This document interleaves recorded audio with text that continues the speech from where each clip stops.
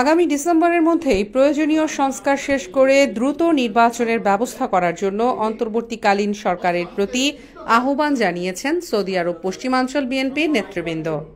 Saudi আরবের Jeddah থেকে আনোয়ার হোসেন রাজু জানান, শহীদ প্রেসিডেন্ট জিয়াউর রহমানের ৪৪তম শাহাদাত বার্ষিকী উপলক্ষে আলোচনা সভা ও দোয়া মাহফিল করেছে সৌদি আরব পশ্চিমাঞ্চল বিএনপি।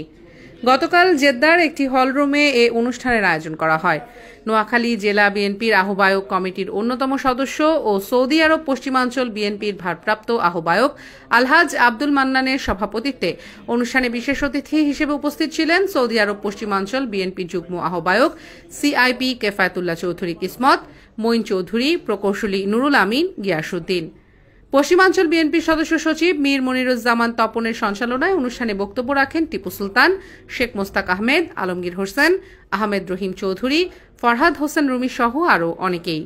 এ সময় সভাপতির বক্তব্যে আব্দুল মান্নান বলেন, গত ১৭ বছর ধরে বিএনপি তার লক্ষ লক্ষ নেতাকর্মীর জীবন বিপন্ন করে নির্দলীয় নিরপেক্ষ নির্বাচনের দাবিতে আন্দোলন সংগ্রাম করে আসছে। এখন পর্যন্ত বিএনপি তার দাবি থেকে এক বিন্দু পিছিয়ে হটেনি। এই সরকার যদি অবিলম্বে প্রয়োজনীয় সংস্কার শেষ করে আগামী ডিসেম্বরের মধ্যে নির্বাচন না দেয়, তাহলে ফ্যাসিস্ট হাসিনার চেয়েও ভয়াবহ পরিস্থিতির মোকাবেলা করতে হবে, আর এর সম্পূর্ণ দায় এই সরকারকেই নিতে হবে। তিনি বলেন, বিএনপির ভারপ্রাপ্ত চেয়ারম্যান তারেক রহমানের দাবি অনুযায়ী আগামী ডিসেম্বরের মধ্যেই নির্বাচন দিতে হবে। দেশের স্বাধীনতা, সার্বভৌমত্ব রক্ষা ও গণতন্ত্র সুপ্রতিষ্ঠিত করার জন্য এর কোনো বিকল্প হতে পারে না। এ সময় সৌদি আরব পশ্চিমাঞ্চল বিএনপি, যুবদল ও অন্যান্য অঙ্গ ও সহযোগী সংগঠনের নেতাকর্মীরা উপস্থিত ছিলেন।